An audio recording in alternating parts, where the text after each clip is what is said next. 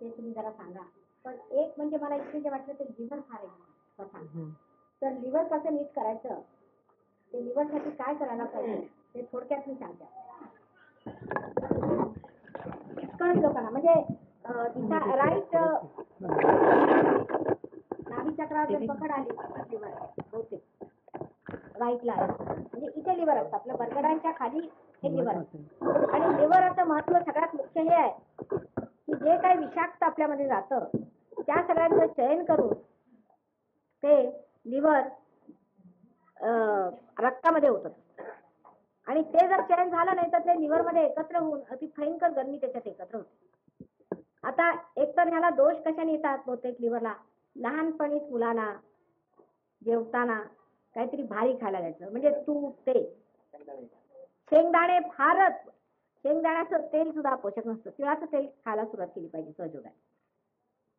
आता आपल्याला माहित असेल गुजराती लोकांमध्ये एक नवीन रोग निघालेला म्हणजे ते पांढरे अशा अंगावरती येतात ते चट्टे, काय म्हणतात त्याला तुम्ही, पांढरं कोड.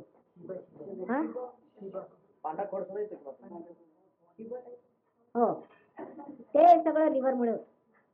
सगळे जेवढे स्किन डिझीजेस आहेत ते सगळे लिव्हरमुळे होतात, सगळे स्किन डिझीजेस. तेव्हा आणखीन एक नर्वसनेसही होतो, पण स्किन डिझीजेस बहुतेक म्हणजे 99% जे असतात ते लिव्हरमुळे होतात. तेव्हा लिव्हर हे फार जपायला पाहिजे. लिव्हर म्हणजे जोपर्यंत लाईफ ते लिव्हर आहे असं म्हणतात, you live by your liver. हे आपल्या उजव्या बाजूला ज्याला आपण यकृत म्हणतो ते आहे. ते खराब होण्याचं कारण म्हणजे लहानपणी मुलांना खायला देताना आपण अशा वस्तू देतो ज्या पाचक होत नाहीत लिव्हरला, आणि त्या म्हणजे तूप, तेल किंवा दूध ज्याच्यामध्ये फार साय वगैरे असते अशी लहान मुलाला देऊ नये. 12 वर्षाचे होईस्तोवर तरी मुलांना ह्या गोष्टी अगदी वर्ज्य ठेवा. साय काढून दूध द्यावं, साईचं दूध देऊ नये. श्रीखंड वगैरे अशा फार त्याच्यामध्ये फार साय असेल किंवा त्याच्यामध्ये फार तूप असेल, असे तेलाचे तळलेले पदार्थ वगैरे आपल्या इकडे फार पद्धत आहे, हे पदार्थ लहान मुलांना देऊ नये. आणि त्याला अँटीडोट म्हणजे चणे हे फार चांगलं प्रोटीन, कोणतंही प्रोटीन असलं ते लिव्हरला चांगलं. पण मासळी वगैरे हे जे पदार्थ असतात हे फार गरम करतात लिव्हरला, तेव्हा ते पोषक नसतात. तेव्हा प्रोटीन मध्ये त्यात सुद्धा आता जसं तुरीची डाळ आहे फार वाईट, मुगाची डाळ चांगली असते. लहान मुलांना मुगाची डाळ घातली पाहिजे. तुरीच्या डाळीचं वरण जर करायचं असलं तर त्यात आमसूल घातलंच पाहिजे. आमसुलाशिवाय तुरीची डाळ घ्यायची नाही. तर ह्याने 2 तऱ्हेचे प्रकार होतात, म्हणजे याला एक गरम पित्त म्हणतात किंवा एक थंड पित्त, अशा 2 तऱ्हेचे प्रकार असतात. समजा जर गरम पित्त झालं तर काय प्रकार होतात, माणसाला उलट्या होतात, पित्त वर येतं नेहमी, अंग कृश होत जातं, अंगाला अन्न लागत नाही, भूक लागत नाही, चक्कर येते सकाळी, आणखीन सारखं डोकं भणभण होत राहतं. हे लक्षण आहे गरम पित्ताचं. तर गरम पित्ताला इलाज काय, गरमीला गरमी मारते म्हणतात. तेव्हा उन्हाळ्यात असा इलाज होऊ नाही शकत, पण हिवाळ्यात फार चांगला इलाज होतो. म्हणजे सुंठ आणि साखर सकाळी लगेच कुटून, त्याच वेळेला नुसती अशी सुंठ थोडी ठेचून घ्यायची, इतकी की आपण दाताने खाऊ शकतो, ती साखरेत घालून ती घ्यायची. साखर हे लिव्हरचं अन्न आहे, पण नुसती साखर, तळलेल्या वस्तू साखर किंवा मिठाई साखर नाही. ही साखर सुद्धा शुगर केनची साखर जी असते, स्वच्छ केलेली वस्त्रगाळ, त्याहीपेक्षा खरी साखर भेटते. पण उष्णतेमध्ये जेव्हा उष्णता असते तेव्हा लिव्हरला फार चांगलं म्हणजे आमसूल आहे. आमसूल आणि लिंबू हे फार चांगलं. आणि त्या आमसुलामध्ये आमसूल भिजवून ठेवायचं, त्याच्यामध्ये साखर घालायची आणि मग ते घेत राहायचं सारखं, फार त्याचं चांगलं होत आहे. पण त्याला फोडणी टाकायची नाही, पण आमसुलाच्या पाण्याला फोडणी नाही टाकायची. कोकम ज्याला आपण म्हणतो, कोकम आमसूल किंवा कोकम, कोकम सरबत नको, घरीच करा. सरबत म्हणजे घरी, कोकम सरबत जे आपण घरी करतो ते, पण जे बाजारात कोकम, अमृत कोकम वगैरे ते नको. बरं, म्हणजे आपल्याला सगळं मिळतं तर कशाला घ्यायचं बाजारात. बरं, दुसरं असं की ह्याची अतिशयता झाली म्हणजे कावीळ होते. आता कावीळचा अगदी साधा इलाज मी सांगते, अगदी साधा 2 पैशाचा हिशोब. मुळ्याची पानं घ्यायची, मुळा आपला साधा खातो तो, जे बहुतेक आपण माणसं खातच नाहीत म्हणा, खाल्ला पाहिजे.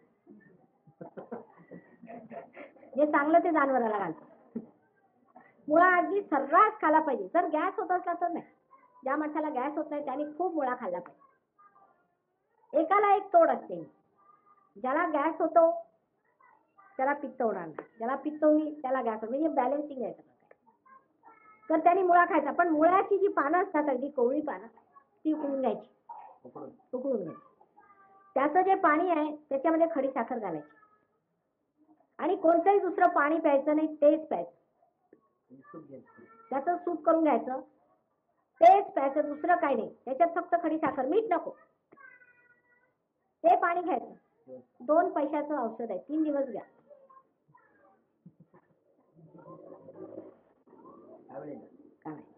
दुसरं एक सहयोगी करू शकतात ते औषध, म्हणजे व्हायब्रेट करून घ्यायचं. अर्थातच पाहिजेच व्हायब्रेशन, म्हणजे 2, म्हणजे त्याला काही नाही. ते व्हायब्रेशनला पैसे काही लागत नाही, ते फुकटच.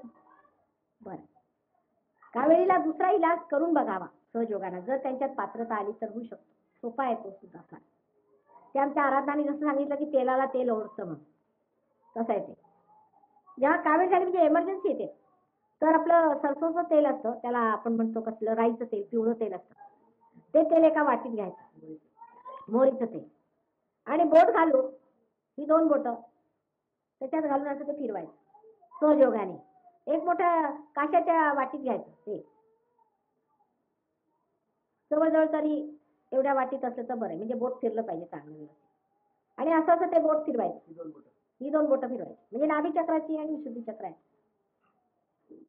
तेव्हा ही 2 बोटांशी फिरवत राहायची. वाटलं तर हे घ्यावं बरोबर स्वादिष्टाने. आणि असं त्या माणसाला म्हणायचं की तुम्ही बघत राहते, म्हणजे स्वादिष्टान चक्रावरती त्रास आहे तेव्हा ते नाभीचे कनेक्शन मध्ये येतात, तेव्हा कावीळ होते. स्वादिष्टाने आणि नाभी दोन्ही खराब होते तेव्हा कावीळ होते. तर त्याला म्हणायचं तू ह्याच्यात बघ. परिणाम त्याचा डोळ्यावर येतो, तुम्हाला कळलाय, पिवळे होतात डोळे. बघा आता स्वादिष्टानाचा डोळ्याशी किती संबंध आहे बघा, आणखीन पुढे सांगणार आहे. तर अशाची तुम्ही फिरवायला लागल्याबरोबर ते जे तेल आहे ते अगदी घट्ट होत आहे, अगदी घट्ट होईल. आणि त्या माणसाच्या डोळ्यातला तुम्ही त्याच्या डोळ्याकडे बघायचं नाही, त्याला म्हणायचं तिथे बघत राहतात. आणि त्याला असा झाग असतो त्या तेलाला, तर ते जरा डोळ्याला झोमतं थोडं थोडं, त्याला बघत का म्हणायचं. तसाच प्रकार आहे, तोच प्रकार आहे. तेव्हा असं असं हलवत जायचं बोट, त्याची पिटल्यासारखं होतं, मग ते फेकून टाकायचं तिथे. परत दुसऱ्या दिवशी करा, 3 दिवसात ते निघून जाणार कावीळ, डोळे एकदम साफ होतात. अशा रीतीने डबल प्रोग्राम सुद्धा करता येतो कावीळ. आता डायबिटीस हे सांगते, डायबिटीस फार कॉमन रोग आजकाल वाढणारच आहे, सगळीकडे होतो, त्याला असंतुलनाने येतो. जी माणसं फार विचार करतात, प्लॅनिंग करतात, त्यांना डायबिटीस होतो. तर डायबिटीस हा पॅन्क्रियाजमुळे होतो, म्हणजे आपण फार उजवीकडची बाजू वापरल्यामुळे होतो. तर पोटोकडे डावा हात आणि पॅन्क्रियाज इथे असतात, म्हणजे डाव्या बरगडीच्या खाली, तिथे हात ठेवायचा. आपल्याला हातालाच लागेल मुळे धगधग धगधग ओढू लागेल. आणि डावा हात फोटोकडे. जर तुम्ही स्वतः दुसऱ्याचं ट्रीटमेंट करत असला तर डावा हात फोटोकडे, उजवा हात तिथे डाव्या बरगडी. आता हे स्वादिष्टान चक्राचंच काम आहे, पॅन्क्रियाजला सप्लाय करायचं. तर डोळ्यावर परिणाम येतो नेहमी डायबिटीसचा, डोळे अधूर. डोळ्याशी संबंध किती आहे हे लक्षात आणलं पाहिजे स्वादिष्टान चक्र. तेव्हा डावीकडनं उचलायची कुंडलिनी आणि उजवीकडे घालायची. डावीकडनं उजवीकडे घातली, डावीकडनं उजवीकडे. म्हणजे होतं काय की आपल्यामध्ये जे आपण कार्य केल्यामुळे जो इगो आपल्यामध्ये डेव्हलप होतो तो कमी होतो. मनुष्याला अहंकार असला, फार मोठ्या पोझिशनची माणसं असली किंवा त्याच्याजवळ काय असलं, सूक्ष्मात अहंकार असणार किंवा सहयोगाला अहंकार फार होतो, आम्ही केवढे शक्तिशाली वगैरे वगैरे असाही होतो. त्यांनी डावीकडनं उजवीकडे घालायचं. डावीकडनं उजवीकडे घातलं की बरोबर मधोमध अशी आली की मग कुंडलिनी उचलून वर, व्हायब्रेशन लगेच सुरू होतं. डावी बाजू ही प्रेमाची बाजू आहे आणि आपण फार कार्यरत झालो म्हणजे प्रेमाकडे आपलं लक्ष नसतं, म्हणून आपली प्रेमाची बाजू उचलायची आणि उजवीकडे घालायची.